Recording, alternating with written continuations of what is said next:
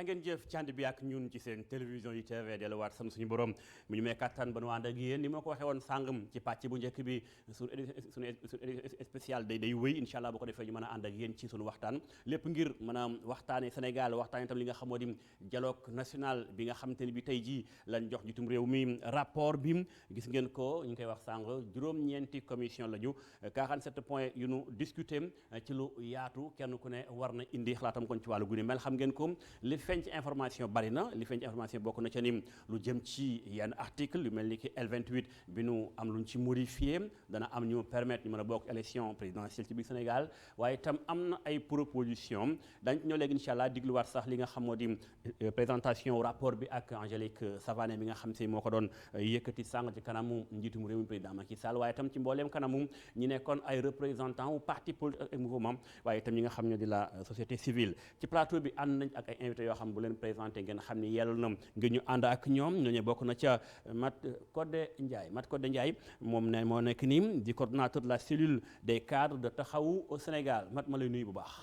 Mbacke maa ngi lay remercier ci invitation bi di nuyu ñi ma bokkal plateau bi et espérer que waxtaan bi ñu fi am dina amal njëriñ sénégalais yëpp. am nañ ci yaakaar nga représenté kon Khalifa Babacar Sall ci plateau bi ak mboolem waa Taxawu Sénégal. waaw tout à fait. nga jàkkaarloo ak borom sant bu naqare bi monsieur le directeur di Hamady Dieng yow ngay directeur général de ACBEP bi nga xam mooy agence de construction des bâtiments et édifices publics waaye itam nga bokk ci APR waaye itam nga coordonné mouvement rencontre bi nga xam dafa ëmb ay acteurs ak ay mouvements pour l'émergence ma lay nuyu bu baax a baax. merci monsieur Niang kontaan rek. ak ITV di la ñaanal yàlla. jërëjëf yaakaar naa ne vous avez pris une bonne décision. de convoquer cette rencontre autour de ce valeureux dialogue national. qui va nous permettre de faire encore un très grand pas dans le cadre de la démocratie. macha allah am nañ ci yaakaar ci ni dana am lu gën ci ay points yu bari ngir toj waxtaane li nga xam moo génn sàng ci dialogue national bi yaa ngi am tam ganeen koo jàkkaarlool mooy ki nga xamoo di Pierre Ahmed Ba Pierre ma lay nuyu mën na laa wooye historien parce que tamit bu ñu waxee anthropologue ak expert en intelligence des systèmes complexes ñu lay nuyu bu baax a baax a baax. maa ngi leen di gërëm di leen sant di leen delloo nuyu. bon du ma historien nag parce que historien moom ñooñu dañu am xam-xam trop quoi ñoo ma ëpp xam-xam fuuf.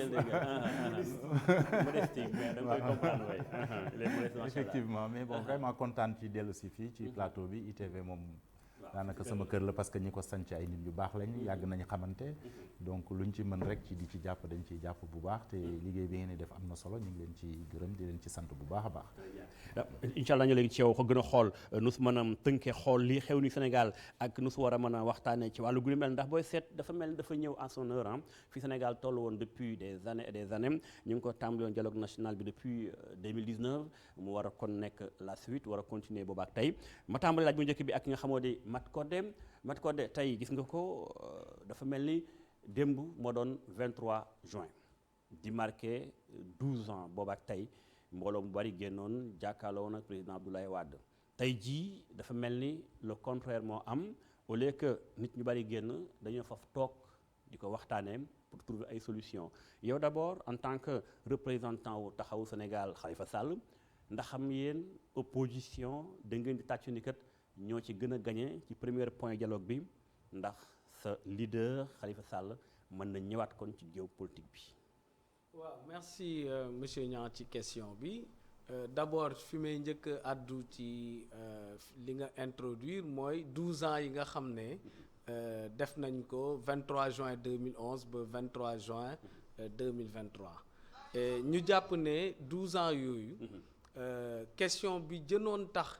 ñu taxawoon à l'Assemblée nationale moo nekkoon doon xeex président Abdoulaye Wade troisième mandat bi mu bëggoon introduire woon ay changements yu mu bëggoon ci constitution bi de sorte que avec 25% rek mënoon na nekkaat président de la République donc ñun ñëpp ay ndaw la ñu woon waaye dañoo taxawoon xeex ko ba am ay ndaw sax yu ci gaañu ndax si vous vous rappelez il y a ndem si yàlla Mamadou Diop une vingtaine de personnes waaw ñu ci gaañu woon donc ma jàpp ne bu ñu accès ba léegi 12 ans après ñuy waxaat waxu troisième mandat di ko rumbanaat naam président Macky Sall àddoogu ci waaye pas yi mu posé yu bëri day wane ku bëgg a def loolu donc ñu jàpp ne donc 12 ans yooyu dafay mel ni dañoo dellu ginnaaw ci anam boobu ci anamu 3e mandat bi léegi nag question bi nga posé par rapport ak réhabilitation président Khalifa Sall ak Karim Wade ñun dañoo jàpp ne nekkul président Khalifa moo ciy gagné mais démocratie sénégalaise moo ciy gagné ndax nit bu jógee ne man candidat la mooy da nga am offre politique boo xam ne da nga ko bëgg a defal sénégalais yi pour sénégalais yi am choix donc le fait que ñu permettre nit ñi bokk du ñoom seen bopp lañ ko defal mais dañoo permettre sénégalais yi nga xam ne dañoo jàpp ne président Khalifa Sall wala président Karim Wade ñoo gën ci Sénégal ñoo ñu mun a exprimer seen choix donc jàpp nañ ne nekkul ñoom lañ ko defal mais c'est pour la démocratie sénégalaise te ñu jàpp ne aussi yoon la parce que nañu foqatee woon seeni droit jaarul woon ci yoon communauté internationale bi yëpp dénoncé woon nañu ko ñun yàgg nañ ko dénoncé 2019 président Khalifa Sall bokkoon na ci ñi nga xam ne mënoon nañ jël réew mi ndax looloo jënoon tax président Macky Sall tere woon ko bokk parce que xamoon na ne kii bu nekkee candidat mën na am mu yóbbu ma 2e tour donc bu ñu demee ba léegi mu nangoo ko delloo yelleefam moom ak président Karim Wade dañoo jàpp ne yoon la rek mais nekkul privilège parce que privilège mooy loo xam ne nit ki da nga ko yokkal ci yelleefam. D'accord. Au contraire dañoo jàpp ne dañ ñu tooñoon waaw ku la tooñoon nag ñëw dindi tooñ bi accordé wu le privilège donc ñun jàpp ne loolu du privilège dafa nekk lu nekk yoon. mais ndax tey mën nañu wax ni kon Khalifa ak Taxawu Sénégal donte coow li bari woon na au début ci ni lu tax muy dem di fekkee dialogue bi xëy na yow askan wi ak lim jëloon comme dogal moom mu ni day dem kon day mel ni réccu amu ci Khalifa Sall ngir dem fekk dialogue national bi. waaw réccu mënu ci am parce que question de principe la. principe moom boo koy doxee. da nga koy doxee rek quel que soit résultat bu la ciy fekk. léegi nag jàpp nañ ne résultat yi c'est encourageant bien que. li ñu yëkkati woon yëpp amuñu ko. parce que ñun dañoo ne woon élection inclusive mooy na ñëpp bokk. nañu modifier L29 L30 L31 nañu modifier aussi L57. ba ñu demee ci table dialogue bi teg nañ ko. biir opposition bi waxtaanee nañ ko. jéem nañ ko pousse ba sonn waaye majorité bi dafa bañ àddu ci loolu. donc foofu point de désaccord la.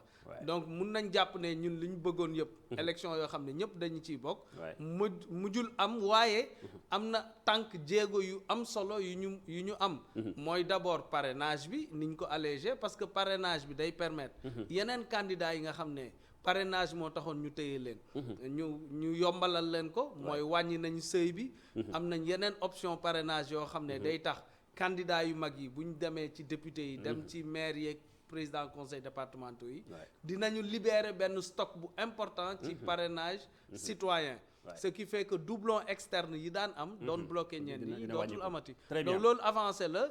te jàpp nañ ne réhabilitation ñaari Karim Wade ak président Khalifa Sall aussi. loolu it avancé la waaye booy dem dialogue. mënoo am lépp da ngay yóbbu rek. waaw loolu mooy waxtaan. da ngay am loo am loo bàyyi ñu xool ñu ci mën a waxtaanee. jaajëf Mate Codé Ndiaye représenté lii di Taxawu Sénégal ma dem ci côté waa pouvoir ak monsieur le directeur di Hamady Dieng sëñ Dieng. mi ngi koy wax sàngum 2012 la woon la xewoon lu ko jiitu sax 2011 ba tey ji déewu moo doon kay fàttaliku noonu ko M23 tey ñu toogaat waxtaan wàllu gu nu mel est-ce que yow mi bokk APR sa xel dafay dal da ngay siggi xool Sénégal yi kat démocratie bu Sénégal mi ngi dem mi ngi avancé wala est-ce que li waxoon am bu amoon dëgg-dëgg tey du nu romb fii lu may toogaat di waxtaanee waat wax yi nga xam tey moo nekkoon feeñ li nga xamul dialogue national bi.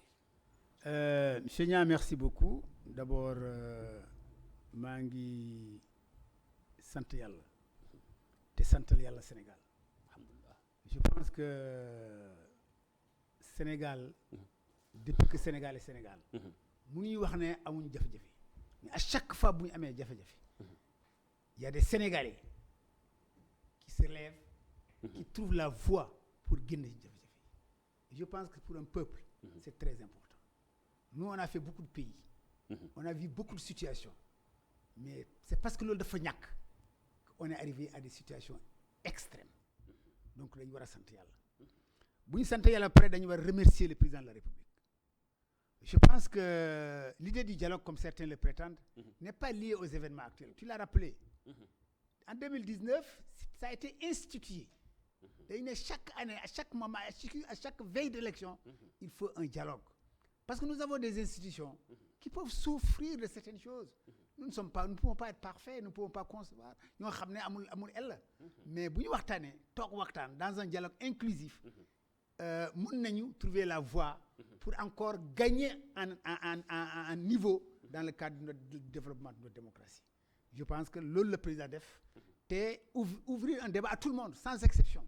Et là aussi, je suis d'accord, il faut féliciter et remercier ceux-là qui étaient de l'opposition et qui ne sont pas seulement Khalifa Sall. Il y a beaucoup de gens qui étaient de l'opposition, qui sont opposés à Macky Sall, mais qui sont aujourd'hui, ñëw na ci waxtaan bi indi nañu ay idées yu am ful ak fayda pour yokk démocratie sénégalaise, pour yokk ànd sénégalais yi. Yaakaar naa yooyu dañ koy rafetlu.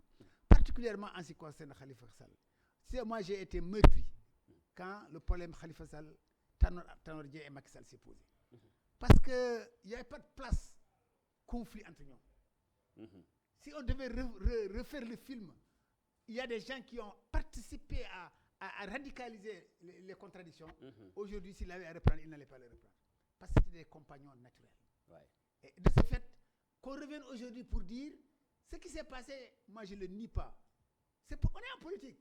Il y a des actions qu'on pose, il faut aussi assumer ses responsabilités. Mais la loi, la L28, peut-être elle pouvait être limitée dans le temps en disant que L28, c'est pour un mandat ou 2 mandats ou 3 mandats ou 2 élections, 3 élections. Mais quand on fait des choses qui ne sont pas orthodoxes, il faut une sanction. C'est des sanctions. Karim Wade, imaginez-vous si en 2012, 2013, on n'avait pas jugé Karim Wade dans ce pays-là. Est-ce que Macky Sall allait arriver à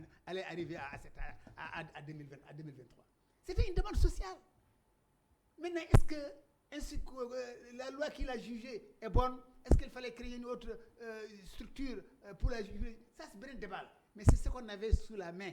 Et on l'a jugé selon les règles de l'orthodoxie de la judiciaire. Amady sànq mi ngi koy wax Mad Codé Ndiaye nee na ci kaw Khalifa Sall dañ leen a tooñoon xëy na seen ay droit ñu ñëwaat joxale seen ay droit bu dee kaw Karim Wade bi ngay wax tamit même cas mooy ñëwaat tey joxal na leen seen ay droit yi nga xam mooy civique ak politique loolu muy tekki day wane ni kon dëgg-dëgg dialogue baax na macha allah day tax nga mën a jubbantiwaat rectifier li nga defoon ci erreur. xam nga correction affaire bi du rectifier. affaire bi mooy baalante. xam nga aussi du benn. réconciliation. xam nga man dama gëm ne. bu ñu waree taxaw ci benn affaire. nañu seetal dëgg bi encore nañu dëgg bi na génn d'abord. ku nekk xam lan nga def lan nga deful. yoon daan su kaw. bu lu ñu waroon def bu ñu ko defee pare. maintenant mun nañu waxtaanal baalante. mais mënuñu baalante lu ñu tudd masalaha baalante ci du dëgg. baalante ci yoo xam ne kenn xamul dëgg bi fu mu féete. justice Sénégal moo atte. te amuñu leneen lu dul justice Sénégal. amul leneen lu dul justice Sénégal. donc seen justice Sénégal atte dëgg la. maintenant lu ñu waroon def nañ ko mais nañu toogaat baalante. yooyu loolu la ñu xam Sénégal loolu la xam. Abdoulaye Wade tëj na ko fii ci kaso. ñu génne ko. moom Abdou Diouf ñu baalante. commencé yeneen jéego. yaakaar naa loolu mooy Sénégal. ku xam ne et c'est pourquoi je félicite Khalifa. je le connais très bien c'est mon frère. il a travaillé avec mes jeunes frères. je sais que je connais sa valeur. Et justement il a prouvé encore qu'il est valeureux en acceptant d'aller au dialogue sans subjectivisme. yaakaar naa ne bu ngeen déggee tey président di ko. nga xam ne nga koy tooñ noonu quoi. di ko tooñ noonu je pense que c'est positif. c'est ça le Sénégal. alors lu ci topp man gëm naa ne. par rapport aux accords. gëm naa ne président Macky Sall dana def lu ëpp lu ñu accord. d'accord te am nga ci yaakaar ni daal dana appliquer lépp si c'est bu ma permettre danaa ko ñaan man. parce que man magu président la République. allez-y. loo koy ñaan c'est-à-dire que am na ñaari affaire yu ma ko ñaan. muy te yam naa ne gëm naa ne mun na am. ban ak ban première chose bi dama bëgg mu choisir une autorité indépendante pour organiser les élections.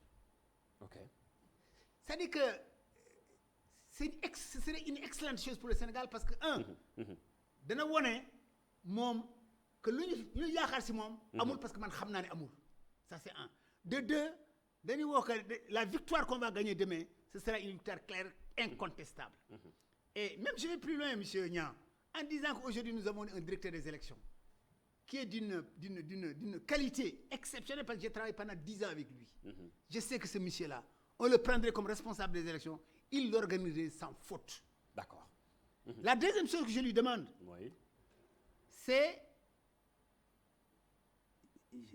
J'ai perdu l'idée. J'ai dit d'abord Les une autorité élections. indépendante. Comme ni Wade defoon en 2011-2012. Voilà, alors... te doon Cheikh Gueye. L'autre, je vais me rappeler. D'accord. Parce que c'est la deuxième demande que je voulais lui faire. Et après, je reviendrai. mais En tout cas... mais du candidat bi xëy na. Hein? du candidature bi xëy na. Non, non, boobu benn affaire la. Boobu benn affaire, on va revenir dessus. Et ça aussi, j'ai un avis dessus. D'accord. naa la bàyyi nga xalaat tuuti. waaw après je vais revenir incha allah dessus. nga xam li nga bëgg a ñaan président Macky Sall.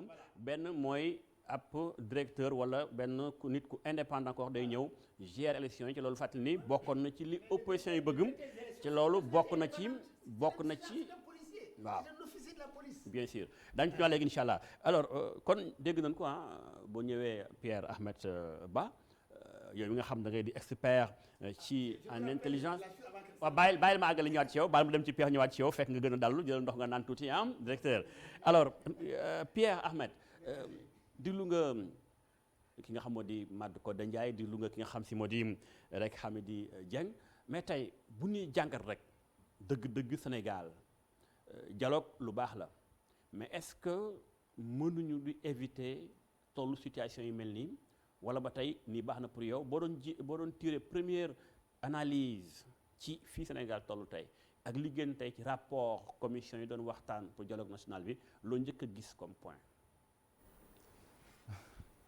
alors c'est un peu complexe xam nga lu tax parce que ñun Sénégal dañuy jaxase wala di boole loo xamante ni bokkul xam nga problème justice la problème politique la gis nga tey suñu accepté ni le dialogue national a réglé des problèmes judiciaires cela veut dire que ces procès étaient des procès politiques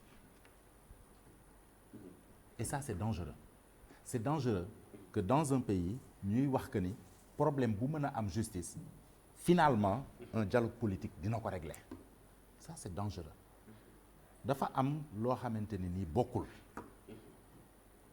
gis nga fii ñu jël cas Karim Wade il l'a dit tout à l'heure problème Karim Wade ils ont dit que c'était une demande sociale problème Karim Wade bi muy am ñii taxaw tey naan Macky Sall tëj nga fi Karim Wade tëj fi Khalifa Sall mais ñooñu ñoo bëggoon ñu tëj Karim Wade parce qu'ils ont présenté ça comme une demande sociale man bokkoon naa ci taxawoon ne lii jëmul kanam baaxul mais l'histoire m'a donné raison parce que waxoon naa leen fii lay mujj te fii foofu la mujj là on était en combien il y a 10 ans auparavant il y a 10 ans problème Khalifa Sall même chose bi ñuy jàpp Karim Wade Khalifa Sall était dans la mouvance présidentielle ñu bëri dañ koy fàtte les gens ont fait l'économie de l'histoire pour yemale kaawu Khalifa Sall ak kaawu Karim Wade mais du benn kaawu Khalifa Sall c'était une cuisine interne ça n'a rien à voir donc il faut qu'on évite de prendre ces raccourcis di wax que ni dialogue national bi a réglé des problèmes judiciaires ça c'est faux ku am problème justice nga koy régler maintenant quand il s'agit de dañu war a modifier ay articles ci code électoral tout ça c'est autre chose mais ce qui est dangereux au terme de l'histoire mooy nga jël benn disposition pour benn nit wala pour ñaari nit wala pour ñetti nit nga xam kon da nga koy mesurer bien taille. da nga koy mesurer bien taille loolu baaxul parce qu'il faut disposer pour tout le monde. lan mooy conséquences yi. non mais conséquences yi xam nga doo ko mën a gis léegi parce que ku nekk li nga bëgg ñii dañoo bëgg a bokk dinañ bokk. situation moo ko waral. situation moo ko waral. donc am na rapport de force dem nañ élection législative mu am ballottage donc rapport de force yi dafay changer. xel di kat tuuti. waaw xel di kat tuuti ñu toog ñu waxtaanaat ñu defaat kii waxtaan bonul te man dama yaakaar ni sax réew dañ koy waxtaane man loolu laa gëm dama gëm ni bu fekkee nit ñi ay responsable lañ te ñu bokk li ñu bëgg parce que ñoom ñëpp ñoo bokk li ñu bëgg mooy Sénégal jëm kanam nañ koy defee lañu foofu lañ d'accordul je pense que bu problème amee ci réew mi ñëpp war nañoo mën a toog ñu waxtaane ko ne lii ak lii ak lii ak lii nañu xool nan lañ koy réglé ñu waxtaane ko bu dee mat nañu kilifa te doon ay kilifa Sénégal toll na foo xamante ni nit ñi foog ñu def ndànk dialogue bi am nii c'est un dialogue politique le problème national il est ailleurs. Ah bon? Oui, c'est pas un dialogue national. C'est un mi ngi préciser que ni dialogue national. Donte am na aspect politique. Qu'est-ce qui en fait le caractère national? Waxtaane gaz pétrole Sa peut-être. composition d'abord. Non, qu'est-ce qui en fait le caractère national? Pour yow loo gis ba tax nga ni. Non, c'est un dialogue politique parce que les objectifs étaient politiques. mooy te xam nga lii la koy firndeel mooy disposition yi ñu fa jël yépp c'est politique sëñ bi. Finalement. Le problème national feneen la nekk te du loolu kese parce que problème mu Sénégal du problème politique kese. Sénégal moo ëpp lool. 8 commissions. sëñ bi. Allez-y waay. Non, allez-y bàyyi ko mu non wax. yow demal non yow dem. non bàyyi ko mu wax parce que xam nga ku nekk dafa am nooy gisee ku nekk dafa am nooy gëmee. plateau bi xam nga may joxe la parole. waaw yow laa d'accord ko jox allez-y. d'accord non man li ma bëgg a li nga xamante ni moom laa bëgg a éclaircir foofu. Très bien allez-y waay. mooy kaawu Karim Wade ak kaawu Khalifa Sall du benn. lan moo leen wutale. li leen wutale mooy. taxaw nga ci waay. li leen wutale mooy. Karim Wade tribunal spécial moo ko jugé. la CREI. yaa ngi dégg. waay kan moo jugé Khalifa Sall. tribunal Dakar. c'est pas la même chose xam nga kon du benn. circonstances yi du benn. waay fait yi bokkul. Karim Wade dañ koo tam dëmm. waay commission Sénégal yépp taxaw ne kii dañ koo war a jàpp. jiiñ ko ay 1000 milliards di ko wàcce ba ay 600 milliards di ko wàcce. ne dañoo jël xaalisu réew mi def ko problème def ko demande sociale. waay comme ni nga ko waxee léegi docteur waay. créer def le renversement de la charge de la preuve yooyu yëpp xew na fi. Karim Wade li mu mës a wax moom mooy d'accordul te ba tey nii li mu wax mooy nañ ko jugé waat. ci finalement nag noonu loolu ñu koy proposé. waaw xam nga nekk candidat c'est une chose mais ñu jugé waat la beneen affaire la xam nga lu tax. parce que boo d'accordee nekk candidat te ñu bàyyi mbir mi noonu mooy yow lañ la doon tuumaal. mais tu es coupable. dialogue national bi changé wu ci dara. cela veut dire que yow tu es coupable. moo tax ma ne la sànq problème justice la. waay problème politique la.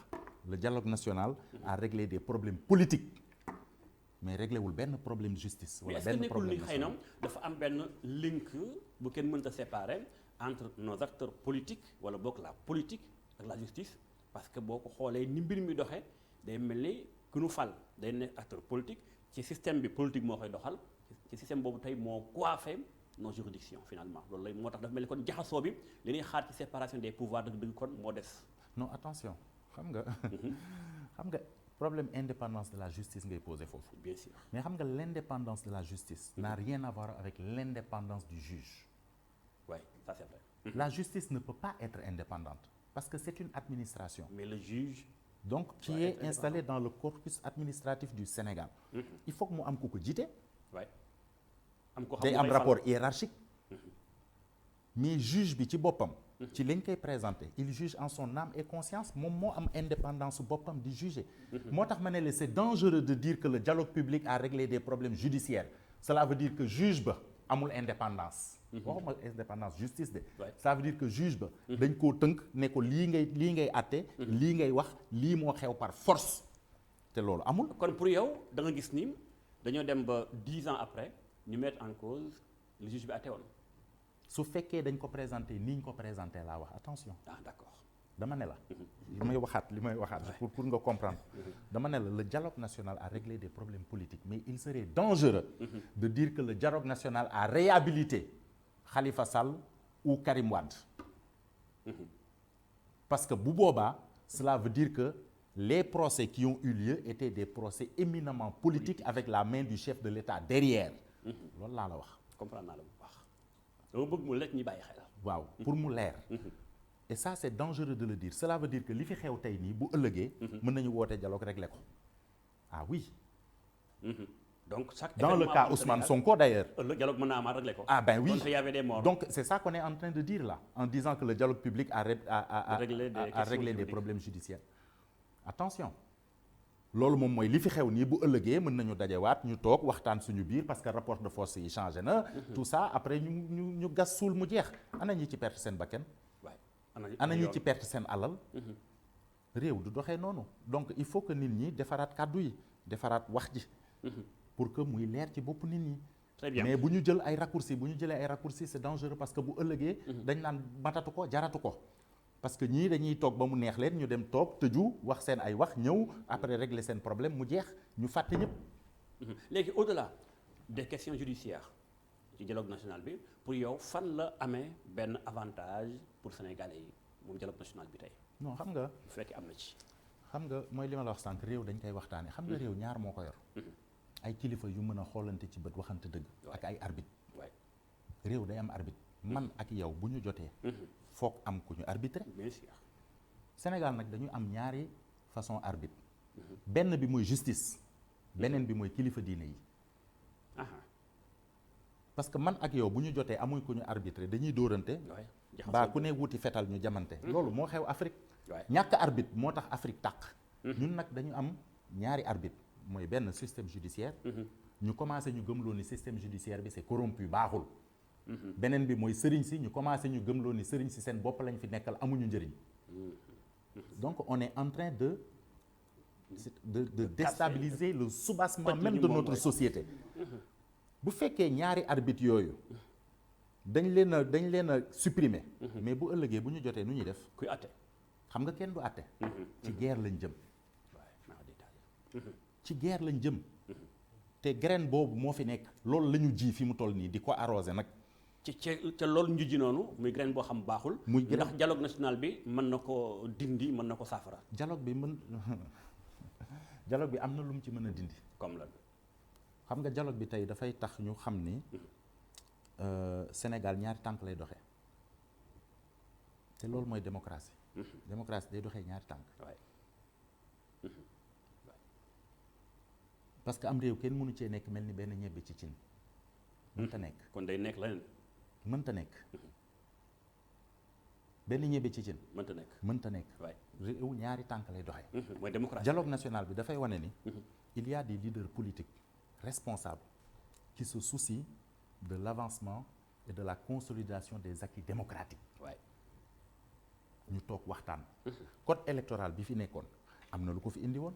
ay circonstances moo ko fi indi. waxtaan la woon comme ni dialogue. avant Abdoulaye Wade alternance di am. code waxtaan.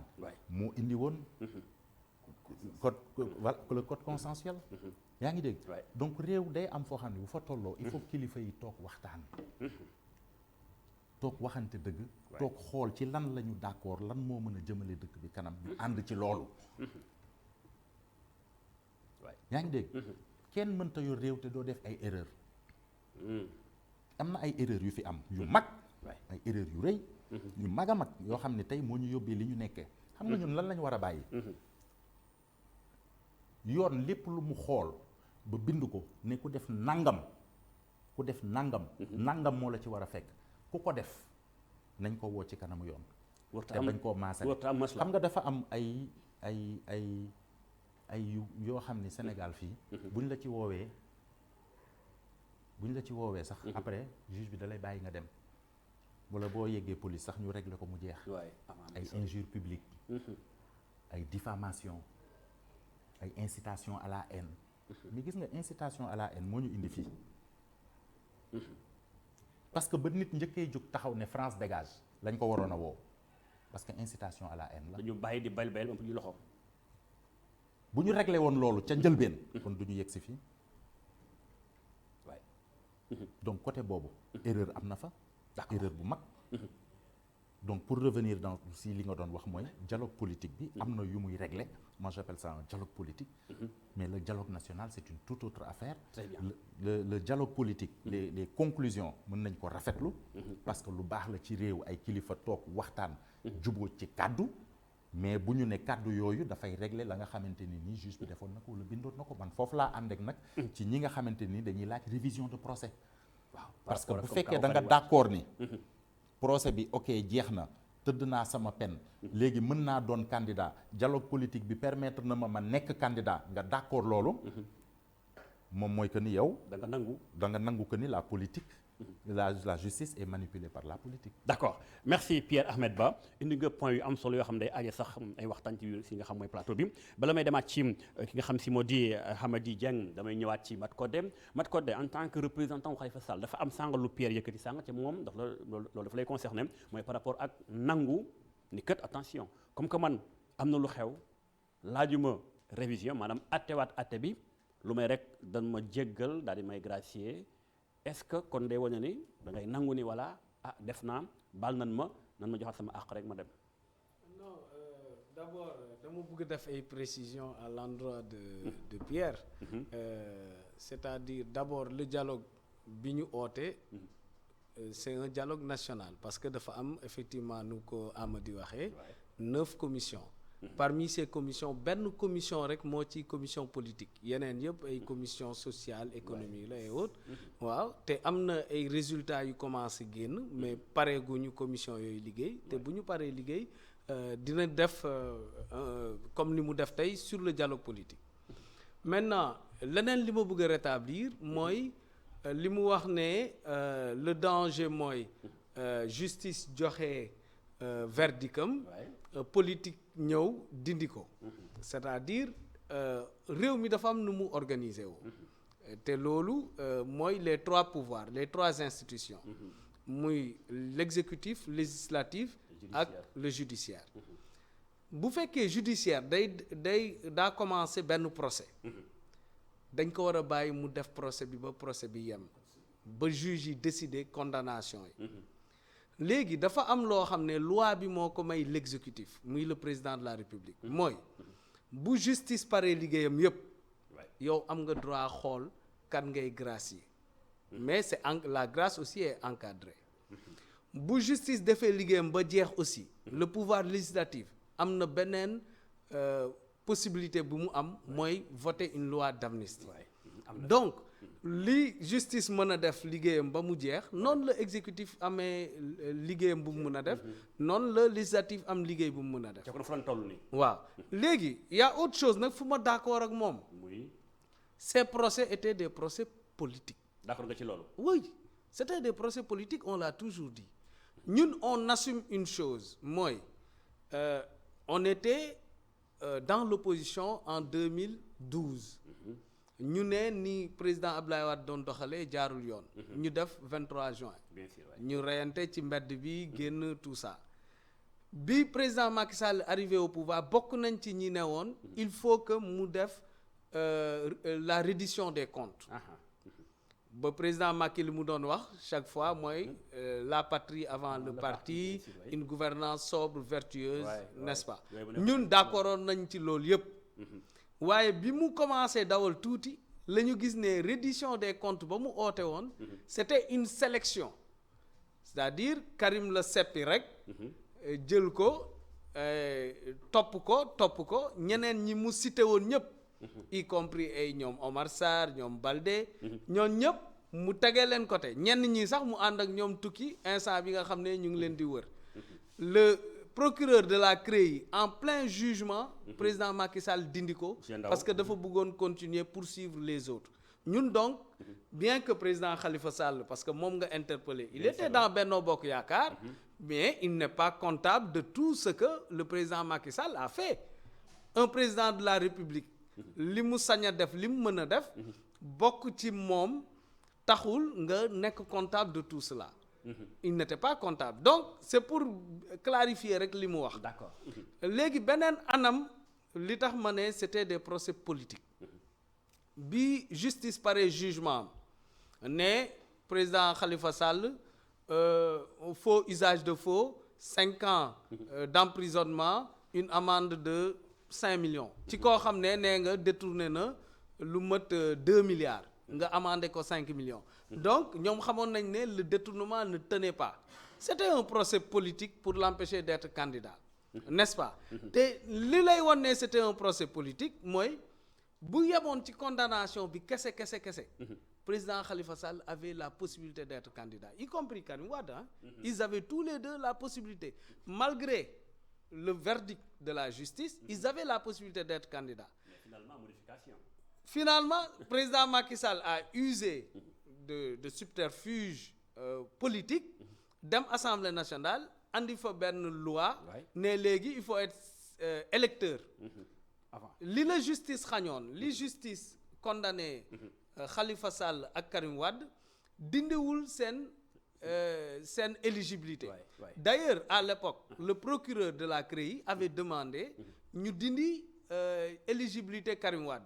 Le juge a refusé et dans l'ordonnance dans le jugement l'arrêt de la CREI il est clairement dit que sur ce point toppul le procureur d'enlever les droits civils et politiques de Karim Wade. Donc c'est pour dire que c'est par des mécanismes politiques le président Macky Sall dindee sañ-sañ ak yelleefu Karim Wade ak Khalifa Sall d'être candidat ndax li mu dugal ci article L57 il fallait être électeur. Léegi nag dialogue bi may moom rek parce que mon frère Pierre aussi il a développé beaucoup de choses. Dialogue bi li mu teg newul immixtion dans la chose judiciaire non non. du loolu pour yow. Article L28 dafa ne. boo demee ba ñu condamné la. ba mënatoo bindu sur les listes électorales. parce que il y a d'autres articles yi naan bu ñu la condamné 29 30 31. bu ñu la boo amee yenn condamnation yi mënoo bindu ci liste électorale.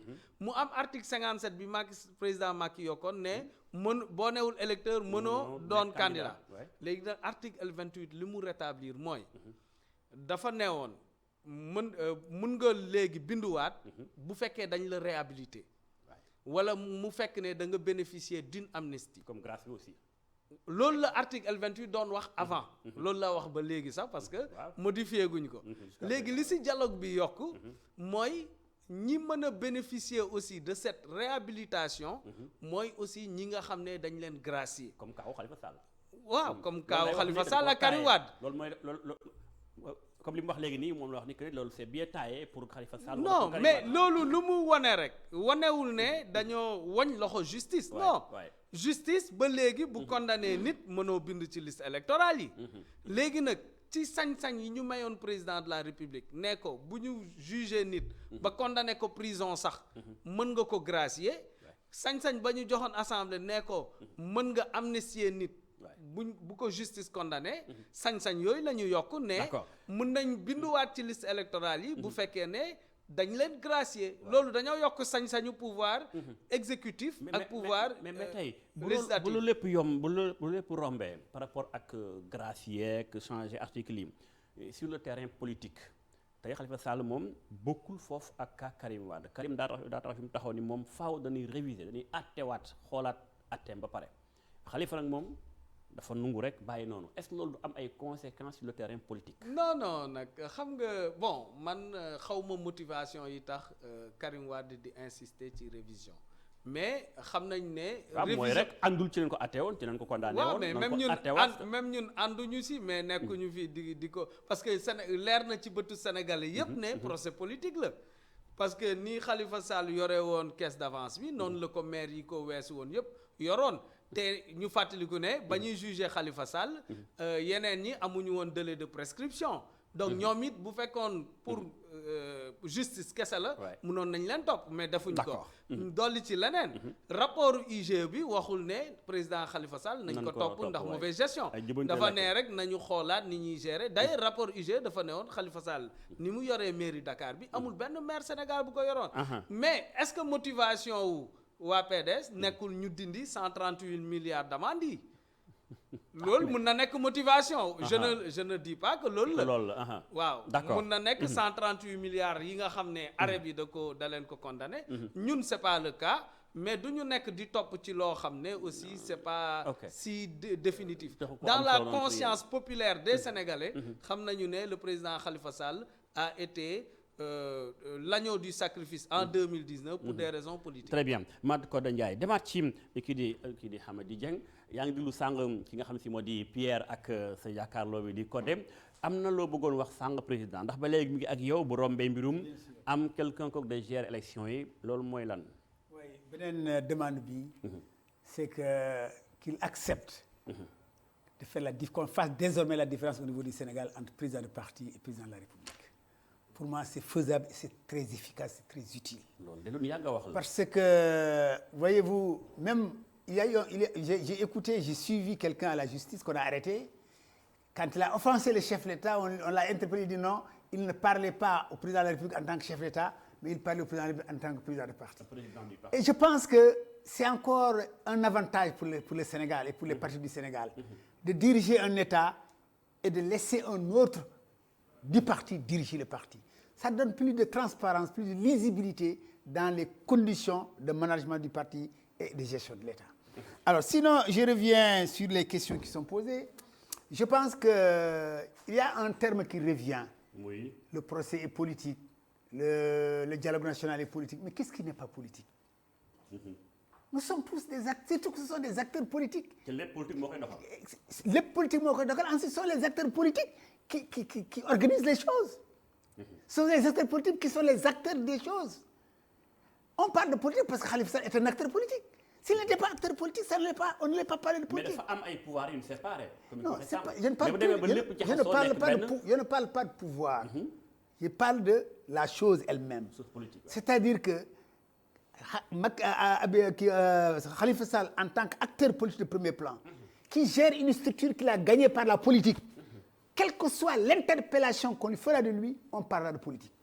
C'est exactement la même chose que Karim Wade. Karim Wade a été condamné parce qu'il a été le ministre du ciel et de la terre. C'est ce qu'on a dit dans ce pays-là. C'est parce qu'il a... Mais pourquoi il l'a été? Parce qu'il était à une position politique, parce que ministre de la République. Donc il faut faire très attention dans les termes. Nous, ce qu'on nous a enseigné en politique, parce que nous, on a appris la politique, tout est politique. Maintenant, tu peux parler de politique sociale, de politique économique, politique ceci, cela. Donc c'est pourquoi je pense que... Oui. Waaw d'accord naa mais du ma wolof nag. Bon voilà alors donc lu ma bëgg a wax ne moo di loo gis yoo xam ne acteur politique ñoo ko sëkk politique la. te ku ci bëgg a xool politique partisane parce que dafa bëgg a atte pour intérêt am. boobu dafa yomb day yomb. C'est un avis, c'est un point de vue. Par parole dafa yomb.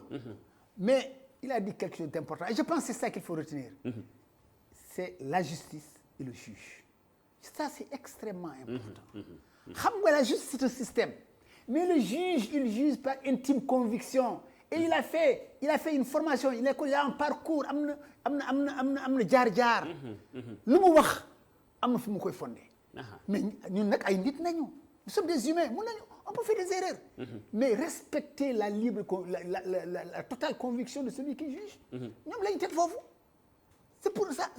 Maintenant, la justice dans sa globalité, on peut avoir des idées, on va reprendre. Mais tant qu'on n'acceptera pas, on n'arrivera pas à respecter nos magistrats.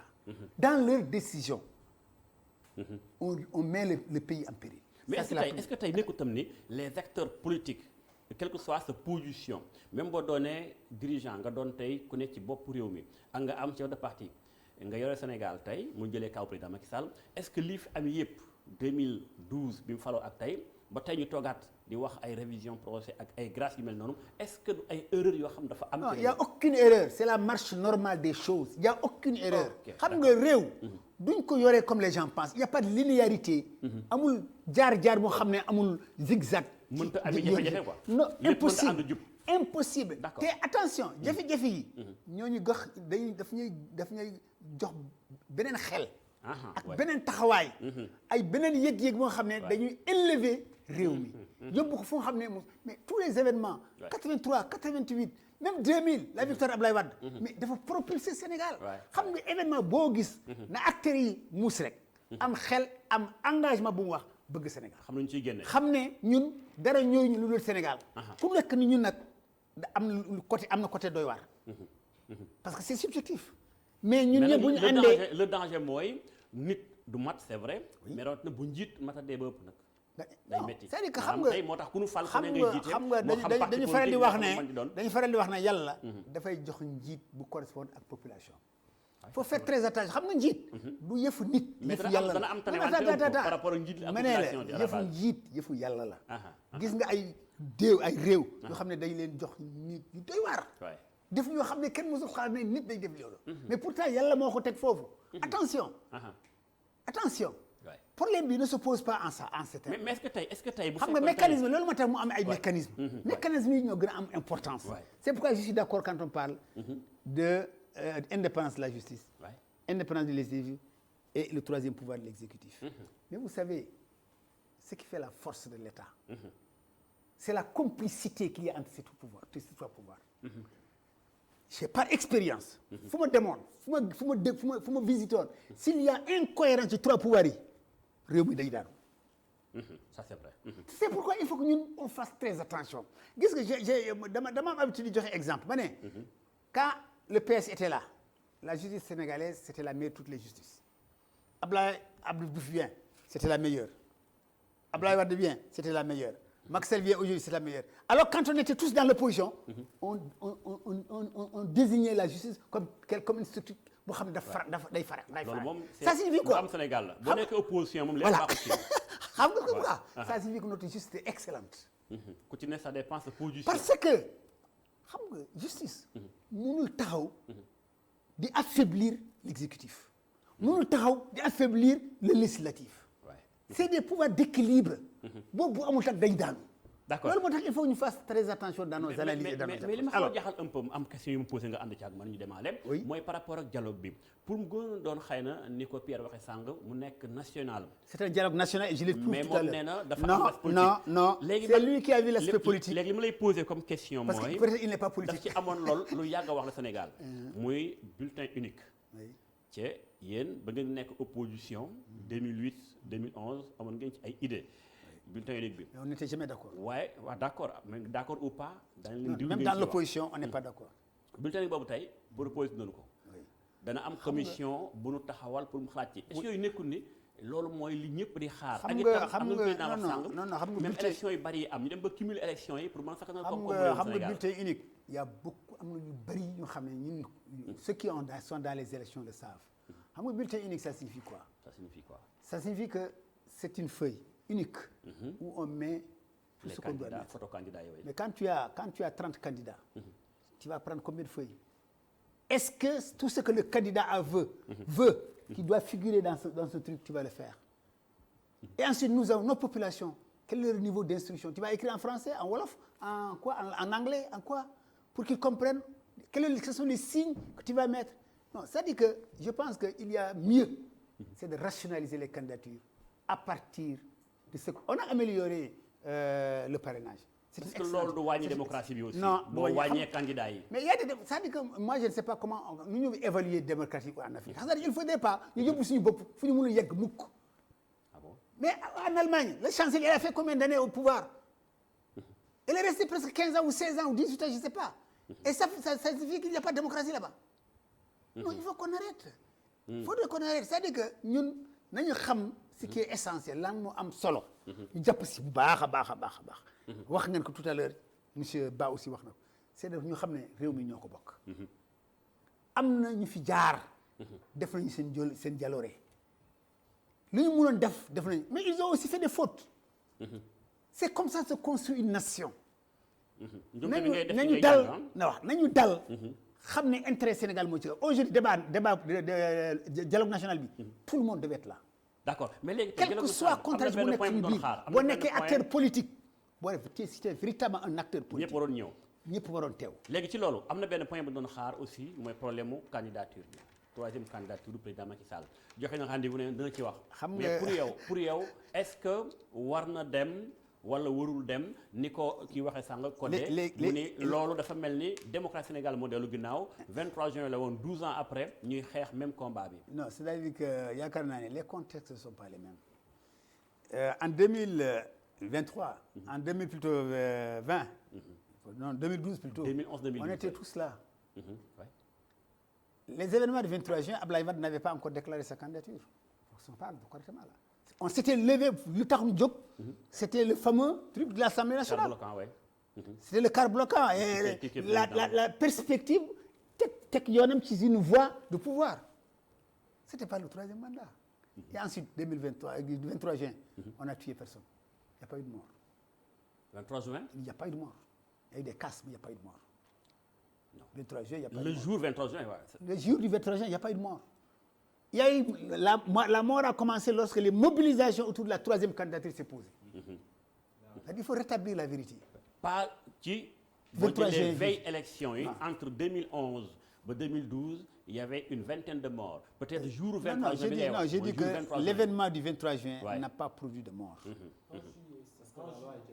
Le truc a été retiré. Ouais. C'est après, quand le wax-waxet est intervenu, que la remobilisation a repris. mooy bi mu ne maa waxoon waxet. Voilà. Donc, je pense que, moi je suis d'avis, je suis d'accord que les gens se battent, se mobilisent pour dire que nous ne sommes pas d'accord. Si Macky Sall doit être candidat, nous ne sommes pas d'accord. Mais au moins qu'ils reconnaissent Macky Sall ne s'est pas positionné encore. Et si Macky Sall allait à se positionner et dire que je suis candidat, ils peuvent encore manifester. Ils peuvent ne pas être d'accord. yow loo gis en tant que membre APR fondateur loo gis tey troisième citoyen. Non, attends, c'est pas seulement un question de membre APR. En tant que citoyen xam nga réew dañ koy sàmm. lan mooy sàmm réew mooy sàmm ses institutions. C'est-à-dire le juge électoral c'est pas un parti. Qu'il soit d'opposition, quelle que soit sa position, il y a un juge électoral. C'est la cour constitutionnelle, le Conseil constitutionnel. Nous, en 2012, on s'est opposé farouchement à candidat Abdoulaye Wade. Mais quand le juge électoral a dit ce mot, mais on est parti en campagne retrouver les populations, c'est pourquoi on a gagné. Même quand mooy amaat tey jii ñu xaar kon Conseil constitutionnel. Non, avec c'est-à-dire que je dis que lu gën nekk dëgg. Conformément à nos institutions. déglu yoon si on ne veut pas nu muy déglu yoon. Très parce bien. que yoon rek. moom mu ñu yóbbu ci très bien dëgg. d'accord d'accord. Hamady pare naa am na lu ma bëggoon wax de. waaw baal ma ñëwaat ci yow léegi dañuy def D'accord, taal ok. baal ma dem ci Voilà. ki nga xam si moo Man di daal foofu- Pierre Ahmed Ba.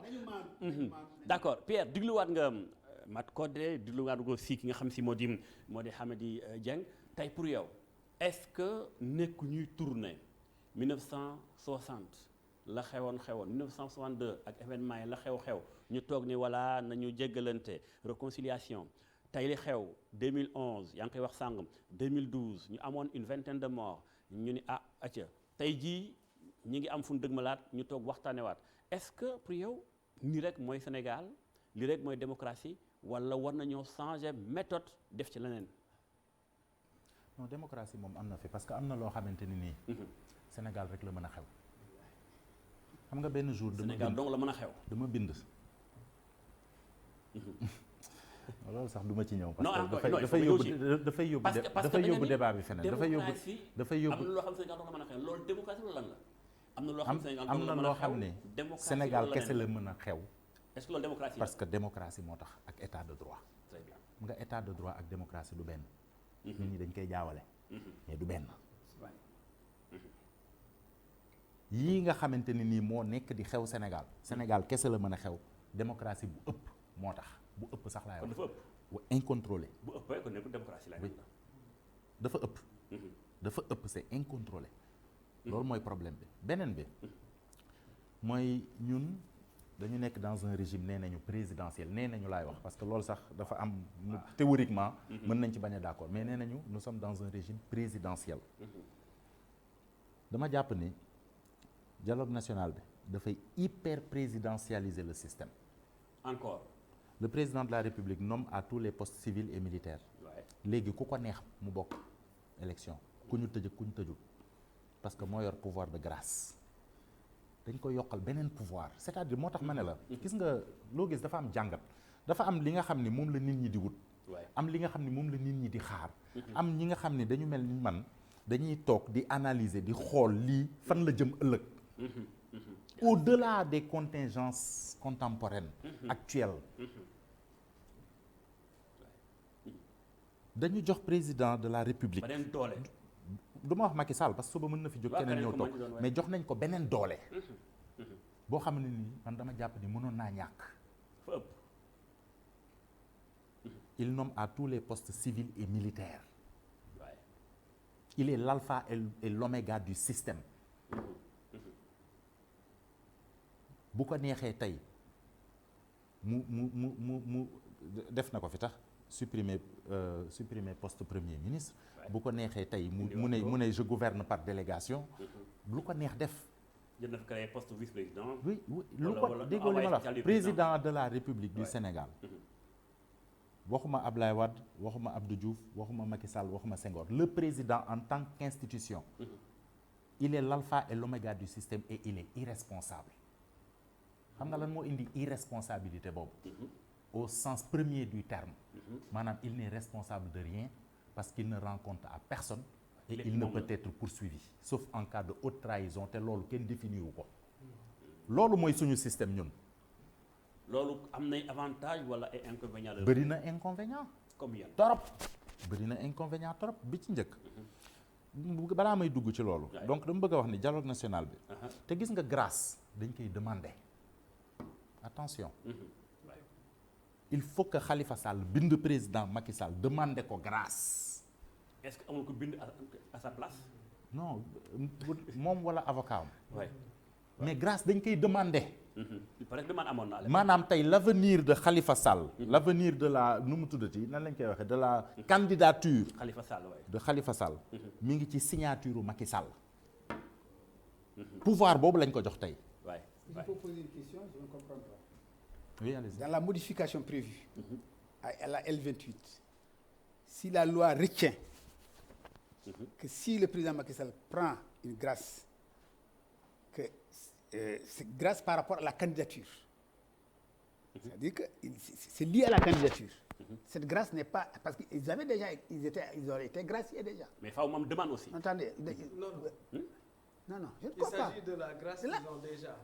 Oui. C'est-à-dire qu'ils ont obtenu la grâce après avoir purgé un certain temps de leur peine. Le président de la République les a graciés. Le président de la République a gracié qui? Khalifa et Où est la grâce Karim. de Karim Wade? Karim a été gracié. Karim a été Sinon, gracié. il n'est pas sorti de prison. Où est la grâce? Tu étais au courant? Mais bien sûr. maa ngi ko dégg. Non, mais comment il est sorti de prison? Ah, mais tout le monde se pose la question. Non, il a été gracié et on Non, lui a il peut y demandé. avoir une liberté. Maintenant, l'accord de grâce, c'est traduit par. Sëñ bi une grâce présidentielle. Elle est D'accord. publiée may ma ñëw. Non, il faut que elle on dise les choses. Une grâce présidentielle dañ koy publier gis nga fii.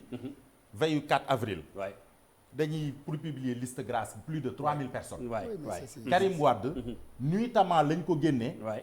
yóbbu ko Kër Madikénia. dugal ko avion yóbbu ko Qatar Directement te kenn aéroport, yëgul. bi ñu xëyee lañ ko yëg. kenn xamul li xew. kenn waxu fi waxu grâce. kenn xamul lan moo xew te man j'y m'étais opposé j'ai dit mais lii c'est une farce. nit ku ñu jugé ba tëj ko. Karim Wade aurait pu être libéré pour bonne conduite. pour je ne sais pas quoi élargissement liberté provisoire nu mu tuddati résidence surveillée tout ce que vous voulez. mais aujourd'hui on nous parle de grâce ana grâce bi ban grâce. peut-être xëy na doon ko génne. Non, il a été Non, une gracié. grâce, ça, c'est Ça, public. tout le monde le sait. Et une grâce, ça se demande, et Karim Wade a toujours refusé de demander la grâce. Karim Wade a toujours dit que il veut qu'on révise son procès. loolu c'est sa position officielle. Est-ce que am na leneen lu xew ci suuf est-ce qu'il y a quelque chose d'officiel ça nous ne savons pas. mais li nga xamante ni moo officiel. nous on parle il faut se soumettre à l'impérialisme des faits publics. d'accord xam nga moom li mu bëgg a wax mooy le président Macky Sall a gracié Karim Wade peut-être ñun gisuñu lettre de grâce bi xëy na. man musuma dégg. amul publication. non attention non Mais mais loolu- attendez dégguma Macky Sall wax dafa J'ai fait gracié. une précision. allez-y. Moi, je ne crois pas, je ne suis pas d'accord quand on dit qu'une grâce, il faut nécessairement que celui qui est gracié demande. Même moi, j'ai fait 10 ans au ministère de l'Intérieur. Quand quelqu'un est emprisonné, il y a des services de bonne conduite, des services de bon comportement qui disent que celui-là, on peut le gracier. Il y a des demandes qui sont faites par des parents. C'est une liste qui est établie. mais ça dépend ci fay aussi. C'est une liste qui est Non, établie. pour le cas de Karim Wade, je pense que ça ne doit pas faire débat. Il a Et une grâce. Madické Niang même Qui a négocié. a dit que c'est lui-même qui a fait la demande Ah oui. en tant qu'avocat de Karim Wade. Et même ce que les gens du PDS disaient à l'époque, c'est que Karim Wade n'a pas demandé la Xale grâce. moom nee na bëgg grâce la mais wax son moom nee na candidat- bëgg ko woon la Oui, wax. mais il Donc- l'a donc- reçu. Mais donc c'est du toujours- ko Personne n'a contesté que Karim Wade C'est a toujours été les- gracié. c'est toujours les C'était le avocats. cas de Khalifa Sall. Ouais. C'est Avec pas son lui-même avocat, qui a avec fait le la avocat. demande. C'est C'est son avocat. l'avocat, Oui. je pense, de Mbaye Touré qui avait fait la C'est toujours comme demande. ça. Mbaye Touré, ouais, Et, dem si yàlla si. on a toujours Maître Touré. dit, nous aussi, on n'a jamais été demandeur d'une grâce. justement C'est xam nga juste xam pour nga yow fii rétablir kii cela. foofu lay joué dafa mel ni moom day wax ni Karim Wade dañ ko gracier mais moom nekkul lu mu nangu. Non, mais xam nga on ne Mais parle pas de foofu problème nangu, la. bañ a à partir nangu. du moment où il a été gracié man dama xam nga li ma wax dafa leer dama ne man à ma connaissance. Voilà. Ok, peut-être tu n'es pas au courant. je ne suis pas au courant. Mais c'est fait, c'est fait. Ouais, En tout cas, même lu si lu nu c'est fait, wax ça n'a la pas été publié. lu nu wax la très bien. man gisuma benn article d'un journal officiel nga gis lettre grâce bi. waaw amul. loolu mooy problème bi non moom. non déjà loolu mooy une chose c'est-à-dire man je ne peux pas du ma basé wu ci ay rumeurs wala lii lañ très wax bien da ngay gis ak sa bët. voilà damay gis ak sama bët donc loolu mooy une chose la deuxième chose li nga xamante ni moo important ci li ma doon wax mooy on a donné un nouveau pouvoir au président de la République quel qu'il mu soit am ay inconvénients nga wax. bien sûr que dafay am ay inconvénients parce que ça change les rapports de force ok ça sur le terrain politique ça change les rapports de force ku nekk njiitum réew mi rek am nga doole ci lu bari bari. mais bien sûr mais dama lay faqatal tëj la ba pare waxtaan ak tuutal yow. la ba pare toog di la xaar nga ñëw demander ma grâce attention mais yéen est-ce que xam ngeen li ngeen di wax lan la tëj la on lui a donné le mot tëj la mooy chaîne. Toi-même tout à l'heure tu dis que la justice. mais bàyyi ko mu eggale ñu ñëw bàyyi ko mu eggale. ça nous pose un problème quoi. Gis nga bàyyi ko mu eggale Il y a une vous contradiction. pouvez avoir des problèmes avec les mots que j'utilise bu la neexee amul problème waay xam nga fii ku fi réew nguur Sénégal nguur je dis l'État bu la bëggee faqatal da ngay daan amul sax ma dem te Je ñëw suis d'accord avec toi. waaw foofu laay waxee D'accord, ok.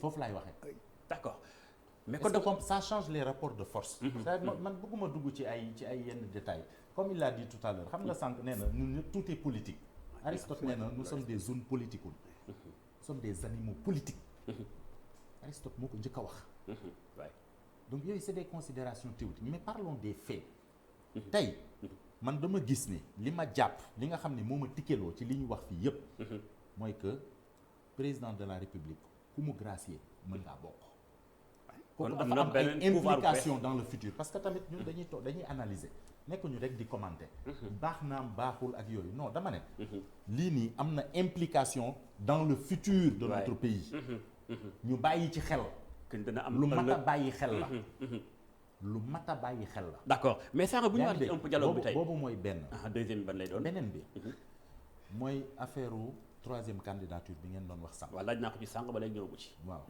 affaire troisième candidature bi man dama jàpp ni ñun il faut que bu fekkee gëm nañ ni ñun que nous sommes un état de droit benn bu fekkee gëm nañ ni nous sommes un état démocratique nous avons un bon système démocratique bu fekkee gëm nañ ni système électoral bi fi nekk moo fi jëlee Ablaye Wade waay fal fi Macky Sall Abdou Diouf falaat fi Macky Sall waay yaa ngi dégg ah waay nangu mairie yi gën a important ci réew mi ci loxo Macky Sall mu doon président assemblée nationale ñu aussi. dem assemblée nationale ñu dem mu am ballottage su fekkee ñun gëm nañ ni suñu système électoral dafa baax limitation de mandat dañ ko fi war a jële man loolu laa gëm gis nga problème di mu benn point oui c'est important parce que c'est une question de complexe xam nga lan moo tax ñu indi limite le débat sur les limitations de mandat xam nga fu mu jóge surtout dans les pays africains c'est dans les pays où l'État est un État corrompu où le système électoral ci ñoom waay. est un simulacre loolu tax ñu indi limite pour assurer l'alternance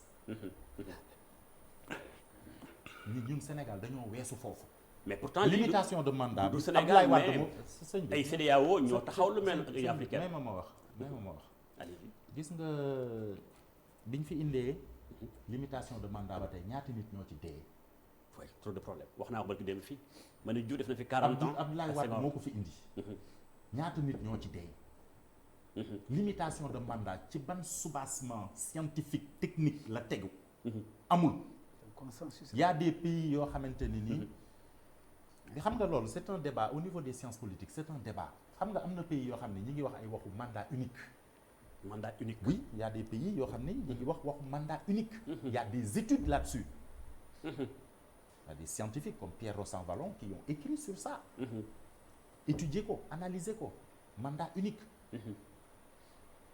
mais le mandat unique pose le problème du contrôle nit ki mën na ne benn mandat lay def lu ma neex laay def dem sama yoon waay waay. day poser problème de contrôle Mbaa donc du il mooy faut doon mu am comme ay il faut mu am ay affaire limitation de éléments mandat de yi. contrôle à mi-mandat ak yooyu yaa ngi dégg am na dëkk yoo xam ne amul limitation de mandat Ouais. te pourtant ku fa def loo warul def ñu wàcce la problème mu troisième mandat bii mënoon naa ñàkk très bien. man 2016 laa ko wax maa ko fi njëkk a wax te kenn gëmuma 2016 laa ne bu ñu voté révision constitution ca référendum ba bi waay. Macky Sall dina am droit def troisième candidature te ba léegi yaa ngi koy dëggal loolu.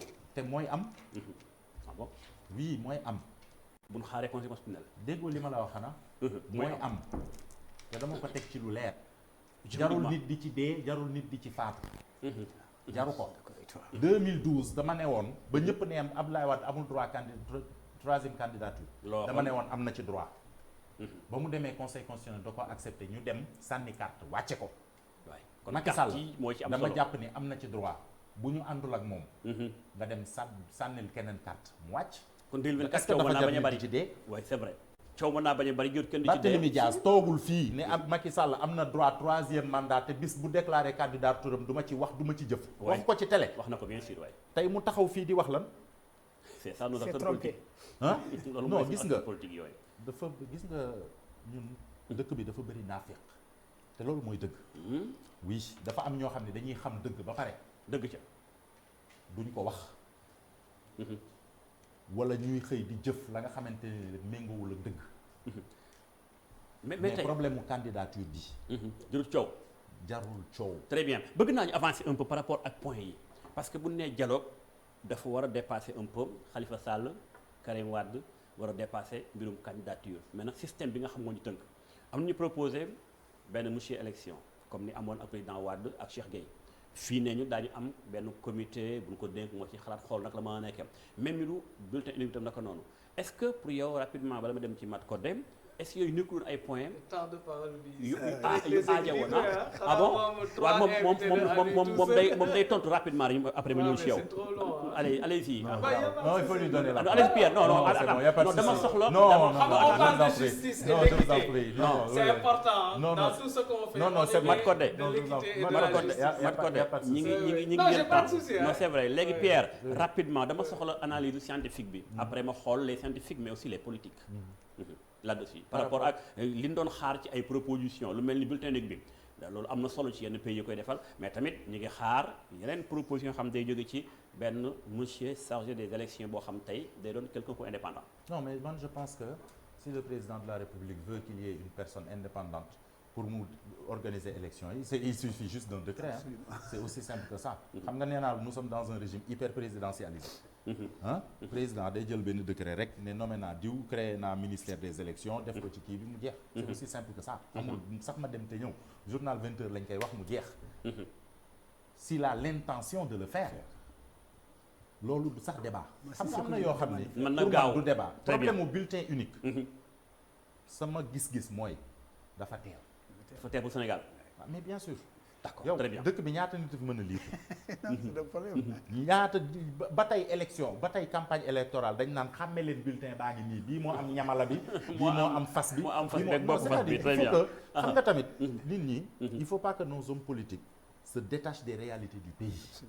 ñun dañu am suñu ay réalités. tollooguñu waay fu ñuy amee bulletin unique. ndax am bulletin unique moo gën a économique. waay. parce que D'accord. imprimer des bulletins ça coûte ok cher. comme que am naa sa avis par rapport ak loolu Voilà. baal ma dem ci Mat Codé rapidement Mat Codé da nga bëgg a am loo tontu par rapport ak yi ngay sàng wala nga dem directement samay question parce que loolu dafa am solo ñu xool un peu ànd nga ak moom ci ni bulletin unique bi dafa teewul Sénégal. Non, bon, il y a pas mal de choses yu ma bëgg a tontu. Hein. Allez-y. Bon, maintenant, boo ma nee rapidement, moom il a triplé notre temps. Non, il y a pas de souci, allez-y. Moi, nag, tu sais, s'il y a quelque chose qui m'identifie, c'est que j'aime pas l'injustice et le manque d'équité. Donc, bon, nous sommes des scientifiques aussi. Moi, je suis ingénieur. Donc, Bien je sûr, suis pas que politique. Hein. non moo tax ma ne loolu. Ce que je voulais dire, c'est que tout à l'heure, il a beaucoup parlé du pouvoir du président de la République. Et c'est vrai. Si vous voyez qu'on limite le mandat, c'est souvent pour équilibrer un peu. Parce que sur le pays africain, président de la République dafa am doole bu ñu ko jox ba nga xam ne boo limité wul mandat bi doole boobu mën na ko utiliser pour rester fii. Vous voyez suñu voisins yi Cameroun. Mais Paul Biya il est là depuis quand? Depuis 81. Ouais, bientôt 40 moom et Abdou quelques. Diouf ñoo accédé au pouvoir. Et dans d'autres pays aussi dañuy dem ba le président doole bi mu am day inféodé ba nga xam ne. mun nañ ne bu fi jógee sax peut-être doomam moo koy wutu. C'était le cas du Gabon aussi. Donc looloo tax pouvoir africain ni mu tëddee. moo tax limitation am solo. Ouais. pour éviter ñu Yenn xëccoo yi, exagérer ouais, ak aussi un excès de dictature. Parce que bu ñu xamee ne mun nañ utiliser ay moyens pour rester au pouvoir. Ouais. mun na tax ñuy noot ñii di tëj ñii di rey nii. donc pour éviter cela moo tax. Ouais. ñu encadrer ko limiter ko. c'est pas le cas de l'Allemagne par exemple que vous avez cité tout à l'heure. xam nañ ne Allemagne par exemple politiquement c'est tellement bien équilibré. et chancelier bi amul pouvoir ñun yu suñu président yi am. mais munoon nga jël exemple France par exemple qui sont des régimes présidentiels. Et bien que Ouais. France c'est ñoom moins que dañu nous ci parce deux que mandats ba tey ñoom. xaw nañu am un peu. Il y a un débat sur un troisième mandat en Ah ce bon? moment. Oui, en France. actuellement nii un troisième mandat. ñu di nga ko dégg. am donc- na donc ñu y a koy wax problème. nii rek Jugagul. mais je pense pas que ça puisse prospérer. Ah. États-Unis bi ñuy citer souvent parmi les grandes démocraties. Ouais, c'est deux mandats ba tey. limité. Donc pour man loolu la. Ouais. donc question bulletin unique bi nag. effectivement dafa demander étude yu sérieuse. loolu moo tax ñu créé benn commission. ba koy saytu loolu tax ñu parce que aussi. c'est-à-dire dafa am question yoo xam ne. doo ko jël de manière isolée. parce que pertinence su bulletin unique bi ça dépend du nombre de candidats yi ngay am. donc nombre de candidats yi nga am ça dépend ci filtre yi nga teg. filtre yi mooy parrainage mooy caution mooy yeneen yi. donc munoo ko isoler. ne forcément c'est la meilleure solution. te yow defoo toutes les simulations defoo tout ce qu'il faut. donc moo tax il y a le comité. qui va réfléchir là-dessus.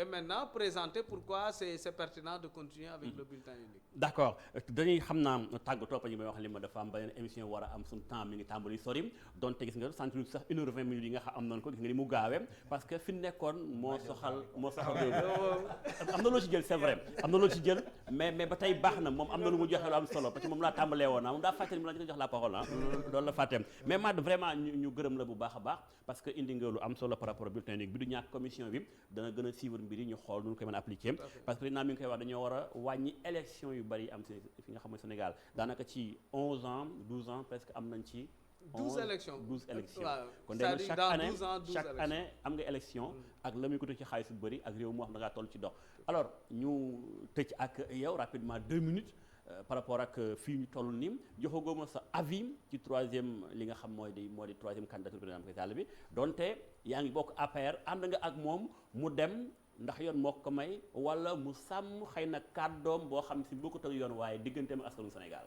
Bon, je remercie d'abord mes combattants et apprécie la valeur de leur intervention. Merci beaucoup. am na yu ma rappeler deux choses que ma ñaan président. xam naa lu tax ma ñaan ko. mooy mu bàyyi mu choisir un candidat un acteur indépendant. organiser les élections. Et c'est possible et il y en a dans ce Sénégal là. Ensuite que la position de président de la République président de parti mu nangu ko que ça soit séparé. Mais en même temps je continue à demander au président de la République autre chose. Je pense que moi je suis pas juriste. Je ne vais pas dans le débat des juristes. Mais ce que je sais, c'est que j'ai été un compagnon fidèle du président de la République. Et que demain, toute décision qu'il aura à prendre, je serai avec lui. D'accord. Mais j'ai une position. Ma position est la suivante. Oui. Quand en 2016, on s'est levé pour amener de nouvelles réformes dans la Constitution, on avait un objectif. C'était la carte. Après 2012, on s'est battu contre le troisième mandat. En 2011, on voulait renforcer pour qu'on ne parle plus de troisième mandat dans ce pays-là. C'est un. De deux, je suis convaincu, j'ai eu 3 débats avec le président en 2016, en 2019 et en 2023. Je peux témoigner qu'il n'a jamais été de sa tête de faire un troisième mandat. Oui.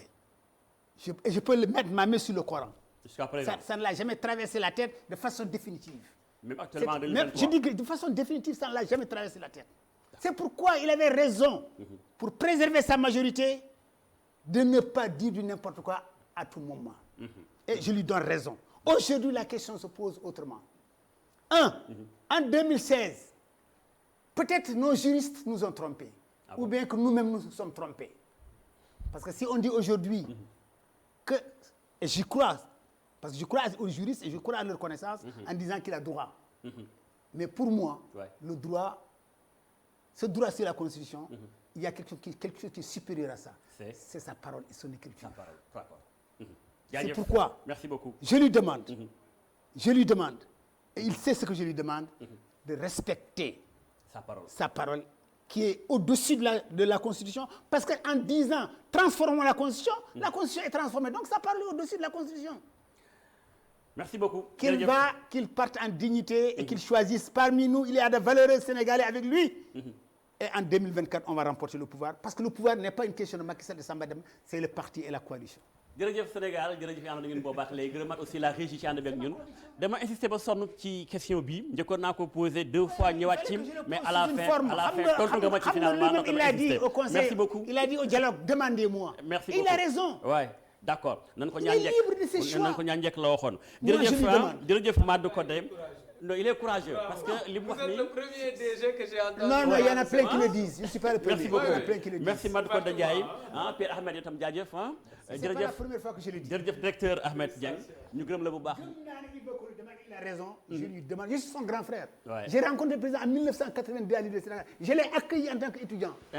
Vraiment merci beaucoup ëllëg incha allah jaa ngeen jëf ci ànd beeg ñun.